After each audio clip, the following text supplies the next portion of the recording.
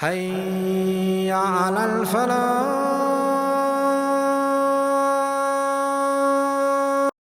Allah subhanahu wa ta'ala tells us of a powerful supplication that was made by the Prophet Muhammad, peace be upon him, and his companions during a time that was really difficult. That time was when they were told that the enemy had prepared an army and they were on their way to attack the Muslims. So with that concern and the difficult situation, they made a supplication that extinguished all their fears and worry. And Allah subhanahu wa ta'ala sent help and assistance such that they were victorious over the enemy. It is a similar supplication to that of the Prophet Ibrahim alayhi salam, may peace be on him, when he was cast into the fire by his own father and family members and the community. Just because he called people towards Allah, he became an enemy. So he said a few words, and with those words, Allah subhanahu wa ta'ala caused a miracle to happen. The miracle was that the fire was no longer hot, it became cold, and this is mentioned in the Quran. But in Surah Al Imran, verse number 170, Allah speaks of these powerful words that actually converted a difficult situation into comfort and ease. So these words are, like Allah says in the Quran, Hasbunallahu wa ni'mal wakeel. Allah is sufficient for us and He is the best disposer of our affairs. So basically they handed their affairs to Allah. With their helplessness, they kept saying, Hasbunallahu wa ni'mal wakeel. Allah is sufficient for us. There is nothing that we have control of, but rather it is Allah who has control of it and gives us to a certain extent. So this was verse number 173 of Surah Al Imran. Allah makes mention of it. I've only spoken of that supplication because in any situation, my brothers and sisters, remember, Allah is sufficient for us and He is the best disposer of our affairs. He knows best what will help us and how we will achieve the comfort in our times of crisis. And this is why Allah says, actually, when you lay your trust in Allah correctly, you begin to understand the plot of the devil. The devil's plot is to make you worry about things that you're not supposed to be worried about. You worry about the future. You worry about things. You worry about whether or not something is going to happen 10 years from now. Subhanallah. That is shaytan playing with those who are his allies. Subhanallah. So Allah says in verse number 179, in fact 175 of Surah Al Imran, Allah makes mention of this plan and plot of shaytan. And Allah subhanahu wa ta'ala says quite clearly, إِنَّمَا ذَلِكُمُ الشَّيْطَانُ يُخَوِّفُ أَوْلِيَاءَهُ فَلَا تَخَافُوهُمْ وَخَافُونِ إِن كُنتُم مُؤْمِنِينَ. Indeed, those type of thoughts and that type of worry and that type of negativity, that is shaitan who creates fear in those who are his allies. So Allah says, don't fear shaitan. Don't fear the devil's worries that he creates within your system, but rather fear Allah. Be conscious of Allah. Develop a relationship with Allah. And inshallah, if you are true believers, that will bring about a sense of comfort. In kuntum mu'minin. If you are really believers in Allah, lay your trust in Allah. Say, Hasbunallahu wa ni'mal wakeel. Allah is sufficient for us. That is a fact. Allah subhanahu wa ta'ala is indeed sufficient for us. So my brothers and sisters, I pray that we can use this supplication in order for us to achieve comfort.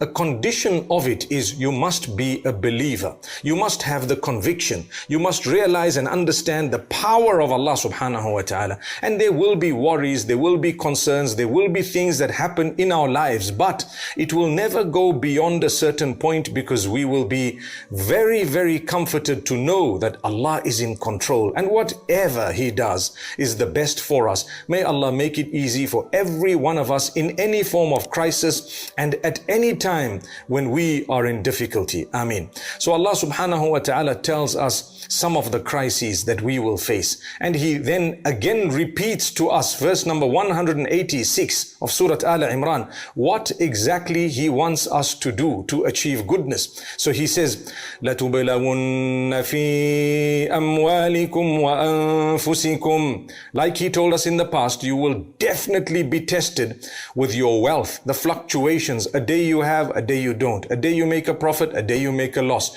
And Allah says, and وَأَنفُسِكُمْ, in yourselves, whether it's your health or the lives of those around you. Allah says, we're going to test you.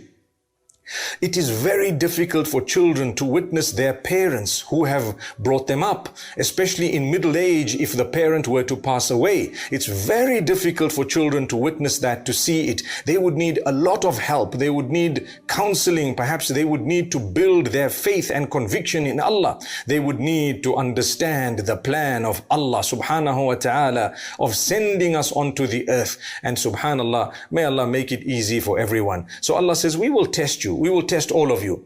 Then Allah says something else that He didn't say before this. وَلَتَسْمَعُنَّ مِنَ الَّذِينَ أُوتُوا الْكِتَابَ مِنْ قَبْلِكُمْ وَمِنَ الَّذِينَ أَشْرَكُوا أَذًى كَثِيرًا. You will hear a lot of abusive words, harmful words, words that are very low in their meaning, cheap words that will be used against you by people of other faiths.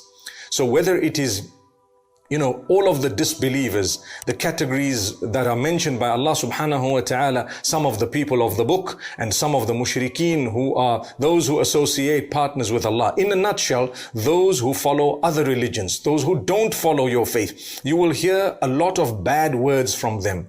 Subhanallah. This is Allah telling this to us when He revealed the Quran to Muhammad sallallahu alayhi wasallam, that you are going to hear some really nasty things about Islam, about the Muslims. You will hear some really, really bad words leveled against you by those who don't follow your faith, those who don't agree with your faith. So Allah subhanahu wa ta'ala tells us these things.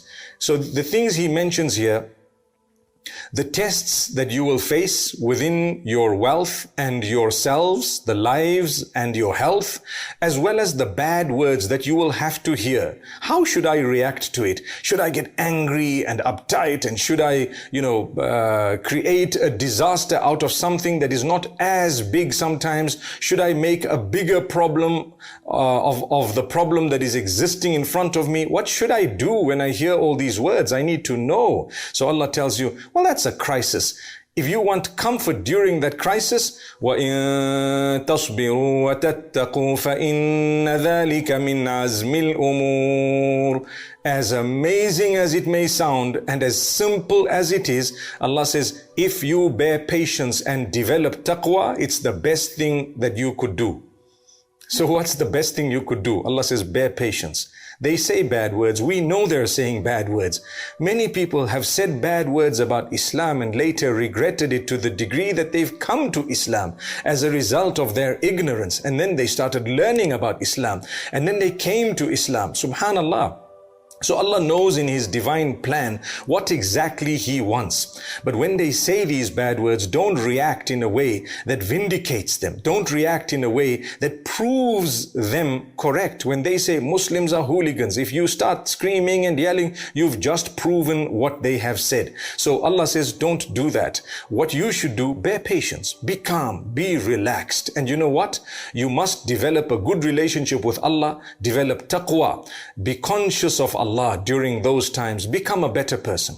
So I'm going to do two things. When I hear people say bad things about me or about Islam, and I hear really nasty, abusive words, slander, whatever else it may be, I'm going to be very patient, number one. Number two is, I'm going to improve myself further to become a better person with my relationship with Allah. So thank you so much for listening to this short message. I pray that it has increased you in a little bit of motivation and hope.